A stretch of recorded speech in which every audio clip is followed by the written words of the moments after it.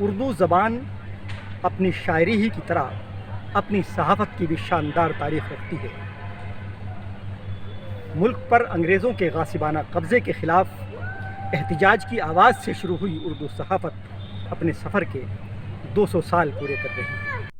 اردو صحافت کا ہر قدم یوں تو بے حد خاص رہا ہے، لیکن اس کے کئی قدم ایسے رہے ہیں جن کے نشانات کیمرے کی نظر تلاش نہیں کر پائی۔ پھر بھی جو چند نشانات ہمیں مل سکے انہی کے سہارے ہم اردو صحافت کے اس جشن میں شامل ہو رہے ہیں۔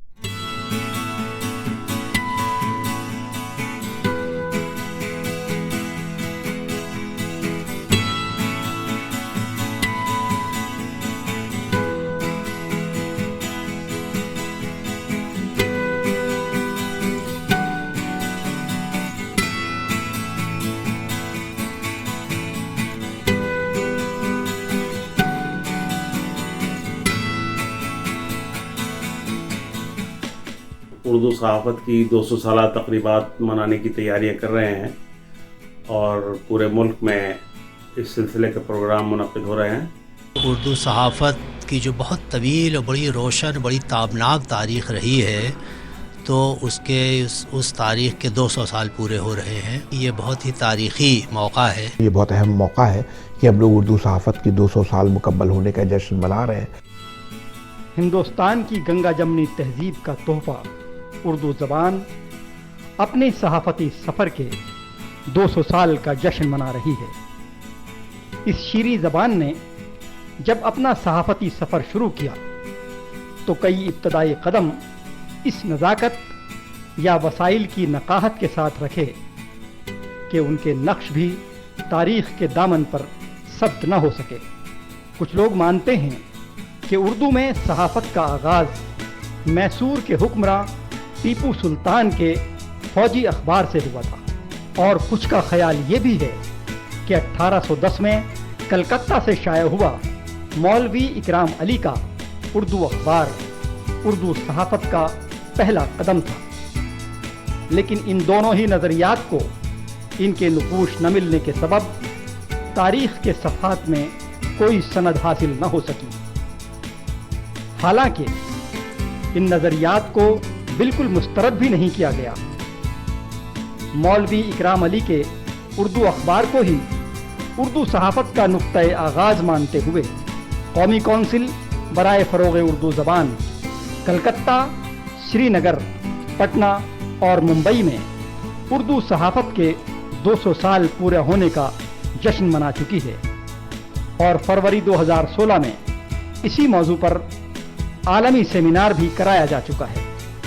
لیکن اردو کے معروف محقق گربچن عرف جی ڈی چندن نے اس موضوع پر اپنی تحقیق میں یہ ثابت کیا ہے کہ 27 مارچ 1822 کو کلکتہ سے شائع ہوا 7 روزہ جامع جہاں نما اردو صحافت کا وہ پہلا نقش ہے جو تاریخ کے دامن پر مزین ہے۔ اردو صحافت کے اس پہلے تابندہ نقش کو تاریخ کے دامن پر ثبت کرنے کا سہرا ایک بنگالی برہمن پنڈت ہری ہر دت کے سر ہے، جو اس کے مالک اور ناشر تھے۔ جامع جہانما کے ایڈیٹر بھی ایک بنگالی برہمن ہی تھے جن کا نام پنڈت سدا سکھ لال تھا، جو اپنے وقت کے بہترین مصنف، صحافی اور مترجم تھے۔ اردو صحافت کا آغاز 1822 میں کلکتہ سے ہوا۔ کلکتہ ہندوستان میں اخبارات کی جنم بھومی ہے، تمام زبانوں کے اخبارات کی شروعات وہیں سے ہوئی۔ اسی طرح 27 مارچ 1822 کو اردو کا پہلا اخبار جامع جہانما کلکتہ سے شائع ہونا شروع ہوا تھا، جس کے مالک پنڈت ہری ہر دت تھے اور اس کے ایڈیٹر پنڈت سدا سکھ لال تھے۔ 1858 میں منشی نول کشور نے لکھنؤ سے اودھ اخبار، اور 1871 میں پنڈت مکند رام نے پنڈت گوپی ناتھ کی ادارت میں لاہور سے اخبار عام شائع کر کے اس روایت کو آگے بڑھایا۔ لکھنؤ سے منشی نول کشور نے اودھ اخبار شروع کیا اور اس نے ایک بڑا اہم کردار ادا کیا اردو صحافت کی دنیا میں. اور اسی دور کے اخبارات میں سید الاخبار ہے جو سر سید احمد خان کے بھائی نے نکالا تھا, اور کئی اخبارات ہیں جن کے تذکرے ہمیں سننے کو ملتے ہیں. اردو زبان کا دوسرا اہم اخبار مولوی محمد باقر کا اخبار دہلی تھا, جسے 10 مئی 1840 کو نام بدل کر دہلی اردو اخبار کر دیا گیا. یہ اخبار ہی دہلی کا پہلا اردو اخبار تھا جو 1857 کی تحریک آزادی کا پرچم اظہار بھی تھا. اس کی تحریروں نے اہل وطن کے دلوں تک آزادی کی چنگاری کو بخوبی پہنچایا. لیکن جب یہ تحریک ناکام ہوئی اور اخبار کے روح رواں مولوی محمد باقر کو توپ سے اڑانے کی سزا دی گئی تو آزادی وطن کے پہلے شہید صحافی کے اس اخبار کی زندگی بھی 13 دسمبر 1858 کو ختم ہو گئی. پہلا شخص ہے اردو کا صحافی مولوی باقر جس نے آزادی کی جنگ میں جان دی. کیا دنیا میں کوئی اس طرح کی کوئی مثال دے سکتا ہے؟ یہ کوئی معمولی بات ہے, یہ معمولی قربانی ہے زمین کے لیے, اپنے ملک کے لیے, اپنے آزادی کے لیے جو اردو صحافت نے دی. میں یہ سمجھتا ہوں کہ اردو صحافت بہت عظیم ہے اس معاملے میں کہ اس نے جنگ آزادی میں بڑے بڑے سورماؤں کا ساتھ دیا اور کھڑے رہے. جن لوگوں نے پھانسی کے پھندوں کو چوما اور اپنی جانیں دے دی, ان کے ذہن میں بھی اردو اشعار اور اردو صحافت تھی, اخبار کی خبریں تھیں, وہی اخبار ان کو پہنچاتے تھے. اردو اخبارات کی دنیا میں جو سب سے اہم کردار ہے وہ 1837 میں شائع ہونے والے دہلی اردو اخبار کا ہے, جو مولوی محمد باقر نے شائع کیا تھا. مولوی محمد باقر جو مولانا محمد حسین آزاد کے والد تھے, ایک بہت بڑی ذیل شخصیت تھے. انہوں نے اخبار نکالا اور اس زمانے کی تمام ادبی سرگرمیاں بھی ہمیں اسی اخبار کے ذریعے سے معلوم ہوتی ہیں. غالب اور ذوق کے درمیان جو مناقشہ تھا وہ بھی اسی سے پتہ چلتا ہے. اور اس کے علاوہ جو سب سے اہم بات ہے جس کے لیے مولوی محمد باقر کو یاد کیا جاتا ہے, وہ دراصل ان کی وہ شہادت ہے, وہ غیر معمولی شہادت ہے جو انہوں نے اپنی جان قربان کر کے دی. اور انہوں نے جو رپورٹنگ کی تھی 1857 کی جنگ کی اور انگریزوں کی ناکامی کی, اس کے عوض انگریزوں نے جب دوبارہ دلی پر فتح پائی تو جن اولین لوگوں کو تختہ دار پر چڑھایا گیا ان میں مولوی محمد باقر شامل تھے. انہیں توپ کے دہانے پر رکھ کر اڑا دیا گیا. اسی طرح بہادر شاہ ظفر کے پڑپوتے مرزا بیدار بخت کا بھی یہی حشر ہوا. ان کا اخبار تھا پیام آزادی, اور مرزا بیدار بخت کو سور کی چربی مل کر کے ان کے جسم پر انہیں پھانسی دے دی گئی. آزادی وطن کا وہ جذبہ جسے مولوی محمد باقر نے اردو صحافت کا طرۂ امتیاز بنایا تھا, اسی کو مولوی برکت اللہ بھوپالی اور عبد الماجد دریابادی نے آگے بڑھایا. اردو کا جو سب سے بڑا کام ہے کہ وہ جنگ آزادی کا ایک اسلحہ رہا اردو صحافت. اگر آپ غور فرمائیں تو میں سمجھتا ہوں کہ ہماری جو جنگ آزادی تھی وہ اس شدت سے آگے نہ بڑھتی اگر اردو صحافت ایک حربے کی طرح سے ان کے کام نہ آیا ہوتا. گھر گھر اردو صحافت نے لوگوں کو آمادہ کیا, ان کے اندر جان دینے کی خواہش پیدا کی, انہیں سڑکوں پر لا کر کھڑا کیا. عورتوں, مردوں میں, ہندوؤں میں, مسلمانوں میں, غریب میں, امیر میں, سارے تفریقے مٹا دیے. یہ بہت بڑا کام تھا۔ اردو صحافت جب شروع ہوئی تو کہا جاتا ہے احتجاج کی صحافت تھی۔ 1857 اس کے بعد پھر جنگ آزادی ختم ہوئی، اس کے بعد پھر تحریک شروع ہوئی تو اردو صحافت نے جنگ آزادی بہت اہم رول ادا کیا۔ پھر 47 میں تقسیم ہوا، تقسیم کے بعد جو صحافت آپ کے سامنے آئی، مسلم لیگ کو جس طرح سے فروغ حاصل ہوا، پھر نئی صحافت جو سامنے آئی، تو اردو صحافت کو کہا جاتا ہے کہ اصلاً یہ احتجاج کی صحافت ہے۔ اردو صحافت کی اس تاریخ میں کئی اخبارات ایسے بھی رہے ہیں جنہوں نے اپنے اپنے وقت میں انتہائی اہم خدمات انجام دی، لیکن ان کا دستاویزی کوئی ثبوت نہیں مل سکا، نہ ان کی تحریریں نہ ان کی تصویریں ہمیں دستیاب ہو سکیں۔ ان میں سے کچھ کا ذکر ماہرین اور دانشوروں کے ذریعے ہم نے آپ کے روبرو کیا، لیکن کچھ کا نام وہاں بھی نہیں آ سکا۔ الہ آباد کا سوراج اخبار ایک ایسا ہی اخبار ہے جس کے کئی مدیروں نے غاصب انگریزوں کے مظالم سہے۔ پھر مولانا ابوالکلام آزاد نے الہلال اور البلاغ میں اسی جذبے کو دیگر زبانوں کی صحافت کے لیے سنگ میل بنا دیا۔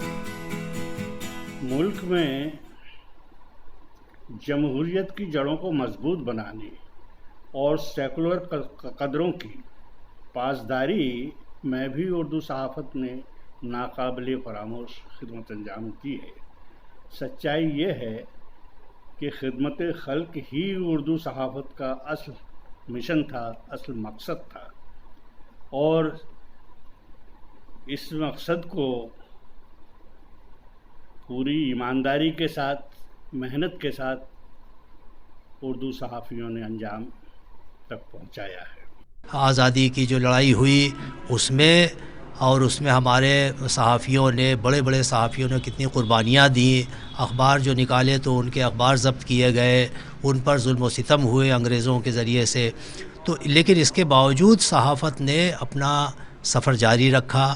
پھر 20ویں صدی میں ہم دیکھتے ہیں کہ 20ویں صدی میں ہماری جو پوری تاریخ ہے، خاص طور سے ہماری ہندوستان کی تاریخ ہے، غیر منقسم ہندوستان کی، یعنی آزادی سے پہلے تک، آزادی کی جو جد و جہد ہو رہی تھی حصول آزادی کی، اس میں ہم دیکھتے ہیں کہ ایک طرف جہاں زبان اور شاعر و شاعری اور ادب یہ سب ہو رہا تھا، ان کی اپنی خدمات ہیں، لیکن سب سے بڑی خدمت جو ہے وہ اگر ہم دیکھیں تو ہماری اردو صحافت نے انجام دی ہے، اور بھی زبانوں کی صحافت نے بھی انجام دی ہے، لیکن اردو صحافت نے، تو اس کی وجہ یہ ہے کہ آپ دیکھیں کہ کتنے رسالے، کتنے اخبارات نکلے، اور ان اخبارات نے آزادی کی لڑائی میں کتنا بڑا کردار ادا کیا۔ محمد علی جوہر ہے، ابوالکلام آزاد ہے، ظفر علی خاں ہے، ایک دو نام ہے، تو ان لوگوں نے جو خدمات انجام دی ہے اپنی صحافتی زندگی کے ذریعے، اپنی صحافتی خدمات کے ذریعے، ان کو فراموش نہیں کیا جا سکتا۔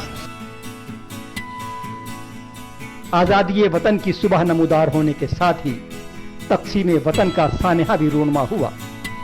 اردو پاکستان کی قومی زبان بن گئی اور وہاں اردو صحافت پوری آب و تاب کے ساتھ آگے بڑھتی رہی۔ دیگر بہت سے ملکوں تک بھی اردو صحافت نے اپنے پاؤں پسارے۔